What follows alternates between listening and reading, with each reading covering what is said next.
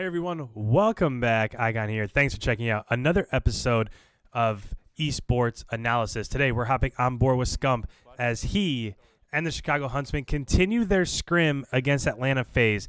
So this actually just concluded a little bit ago, but I wanted to go ahead and upload this because they actually make them quit here. So quite a few things have changed in the last few weeks. I'm not sure if it's all in terms of the slide cancel that has some of these teams performing not quite as well as they have before. But I wanted to spotlight this map because they really do give it to them on this map. Whereas just as little as 2 weeks ago, they were doing everything that they could to avoid this map, Hackney Yard. So it seems like that has changed a little bit. They had some big wins on this when they were in the Minnesota land. So with this, let's go ahead and let's break down what's happening here. Now, right above my face up there, you can see that I added a mini map. So on top of that mini map, this allows me to draw on it in game so you guys can see exactly what's happening. I can talk about things as they're happening in real time.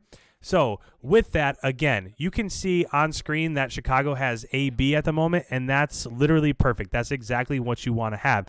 And if you have this, then you're probably going to win the game. So just as this is going on, if you have A and you have B, which I'm drawing on the minimap at the moment, if you have those two spots, then essentially what that allows you to do is that allows you to push up into L so that you can stop the enemy team from pushing into B dom. So top L, bottom L, those are really only the two routes. There is also another route right in mid-map, kind of where Scump is standing at right there, but behind him, there's top AC. So right now, if you're Chicago, all you're trying to do is hold down top L, which is where Scump is at right now. There are two people from Atlanta that's up there, as we just saw on screen, and then you're just trying to watch the flank. So as I draw on the mini-map here again, you're just trying to get anybody that might be coming through middle or through this right flank. If you can hold down those two things, then you're probably going to end up winning this game by a fairly big margin. So as we're watching on screen at the moment, you can see that things are switching just a little bit. So right now, Chicago did go ahead and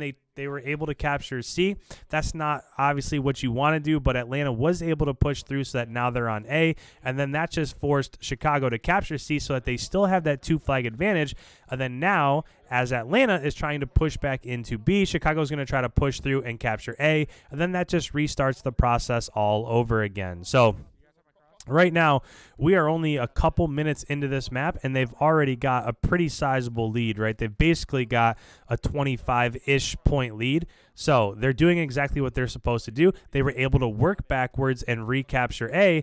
And again, now all they're trying to do is just stop people from pushing through. That was a nice kill by Celium, but it just got traded. If you're watching the kill feed on the left-hand side of the screen, that just got traded. So now, again, this is the exact same thing. So they were able to push through, and they were able to capture C, and then now they're going to work back towards B because there were just a few Atlanta members on B, and then you can see in front of Seth that right now they are losing A. So this is just kind of going back and forth here. I do think something that's been happening more recently is that teams aren't necessarily so afraid of pushing forward to capture C. You don't want to, but if you can get 20 seconds of a triple cap, that's a lot of points in terms of if you're just trying to strictly win a map here. So right now they're coming from C. Atlanta's coming from A, and Atlanta's, of course, trying to capture B so that they have that A-B spawn point so that Chicago's out at C. If you're Chicago, I don't really like this approach right here. I really don't like just constantly pushing through top L and bottom L just because you have a much harder choke to get through than the enemy team does. It's a lot harder to overcome, and then it's a lot harder to hold this as well.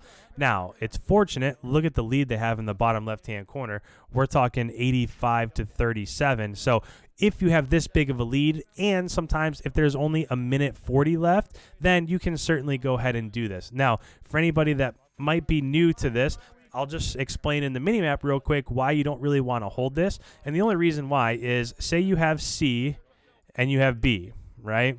So if the enemy team is spawning over at A, think about all the ways that they can get out of A. So they can push through this mid-map area. They can push through A. They can run over top of this fence. They can push out over by forklift. They can jump over the wall in all of these positions. So if you're talking about why is it so beneficial to spawn trap at C, it's just because if you're at A, there are so many different routes that you can get out from. So right now, again, you just want to try to get A and B and then spawn trap the enemy team on the opposite side of the map. And that's exactly what they're, again, trying to do now. So they're taking back A. Well, they're about to lose it. In fact, there's about to be a triple cap, so things have gotten a little hectic in the last 40 seconds or so. Now, this isn't the end of the world because as of right now, there's only 40 seconds left. Ooh, we see Arcity shooting some bodies right there. Yeah, I don't know. Things in this little rivalry have changed in the past couple weeks.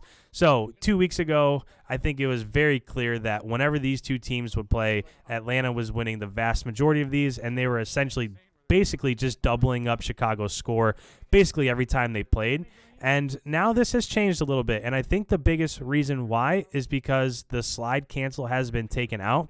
So once that gets taken out, let's just face it, some of the players from Chicago are a lot older, and they're set in their ways, and that's fine. I'm the exact same way. When I play Call of Duty, I play it the same way that I've been playing it for the last 10 years. Well, with the slide cancel, that gave the younger players another option to kind of counter what everybody was doing. But it was a glitch in the game. Whether you believe it should be in the game or not in the game, that's entirely up to you. But I do think it's something that was setting Atlanta far above everybody else. Same with Dallas. I think if that patch had not come through 2 days before the next event or before the last event, I think that Chicago-Dallas situation might have been a little bit different. I definitely don't think that they would have been as dominant in the respawns as they showed. Nice little stick there from Seth being able to push up. Now, if you look at the score in the bottom left, it's 116 to 62. And they were able to have that lead, 116 to 62, on the bad side of the map, right? If you start on A, that's considered the good side of the map. If you start on C, that's considered the bad side because you have to be able to flip in order to get the majority of your points. So right now, this is basically already set up, right? If we go ahead and we just take a quick peek at this, if we're talking about spawn traps, Seth is here. Again, I'm drawing on the mini-map. Seth is here in top L, so there's nobody pushing through top L. Again, another nice kill on Celium. There is somebody else over there. I didn't exactly see who it was, but so Seth is set up in top L, and then all these other arrows were watching the middle of the map and the flank. Now, that has since flipped. It was just able to be flipped, and since they were spawning out, they went ahead and they pushed through and they captured C. So rather than, I actually saw Atlanta do this when they played New York Subliners. Remember that map where they played New York Subliners and they got absolutely thrashed on this map? It's the weirdest thing that I saw all weekend because Atlanta looked so good, and then they just got blown out on this map by New York. But what I saw from them was that they just didn't capture C when they had the opportunity to. So say Atlanta had AB, right? And then they spawned out. Well, if they're spawning at C, rather than capture C, what they were trying to do is they were just trying to repeatedly push over towards A. And when they were pushing towards A, now that's essentially a 2 cap versus 0 cap. So they were just losing more and more points. And I think originally they were a little bit afraid of capturing that C flag because they didn't want to get stuck there, right? If you could push up on this map just a little bit, even to forklift. So forklifts is right here. I just drew it on the map. So if you could leave C and you could push up through green and get into forklift, even if you're up in here and you can win a gun battle or two, essentially what that's going to do is that's going to leave you spawns back in this corner of the map. So I think what they were trying to do originally is they were trying to push up far enough just so that they could get that spawn over by A, and then they could capture A and get B and just kind of flip the spawn camp. But they weren't able to do that. So I guess it's encouraging to see that they're capturing C here. But again, notice what's happening. Look at the very top of your screen. As Faze is capturing A, Chicago pushed through and they're capturing C. So again, you don't necessarily, this isn't the setup that you want, right? You don't want CB and to set up the other team at A. But at this point in time, you're still gaining points. So even though you don't have the favorable spawn, you don't have the favorable map control, if you're Chicago, you're still able to build upon your lead, even though you don't have the correct setup that you want to have.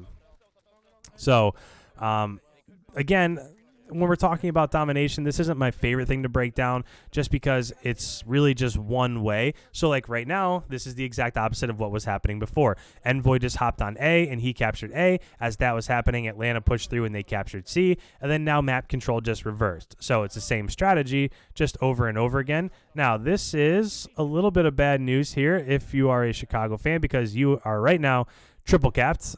It's not going to end up staying that way. In fact, a triple cap on maps like this is essentially impossible to hold down, right? There's no way that if 5 people are spawning at one point, then you can just hold all 5 of them down and not, or you can kill all 5 of them again and hold down that triple cap. They're doing a nice job of it right here, but this isn't something that's sustainable. So right now, Chicago just went and they captured B. So they're kind of split here a little bit. So they have B, and then Atlanta had A and C. And now it looks like A is flipping. So now the spawn trap is set up again. So they were able to capture B. When they captured B, that's what spawned Atlanta out over at C. When Atlanta spawned out over at C, they went back and they captured A. And now, again, they're holding on to this 100-point lead. So Seth, real quick, is standing right here in A-Dom just because he's just watching the flank on the other side of the map. So as they were setting that up, they went down on the right side of the map. Those are nice kills there from Seth, but that's exactly what you have to watch. You have to have somebody in top L and bottom L while the other person is watching the right side of the map. So as Seth is running here towards middle, you'll see that those that died are coming in from behind him there. So as they're spawning in behind him, he went ahead and pushed up. He just gave that to the enemy team. And if you look on the left side of your map, they're about to stop it because everybody from Atlanta is killing themselves. And that is what you call a beatdown. So they ended this early. They ended up winning by 100 points, but this is exactly how you would want to see this map played. So a little bit of a surprise there, but if you're new around here, let me know in the comments below what you kind of think is happening here over the past week or so, because this is something that you probably wouldn't have expected very much. But with that, go ahead and leave a like. If you're new around here, make sure you hit that subscribe button, and I'll catch you in the next one. We'll see you.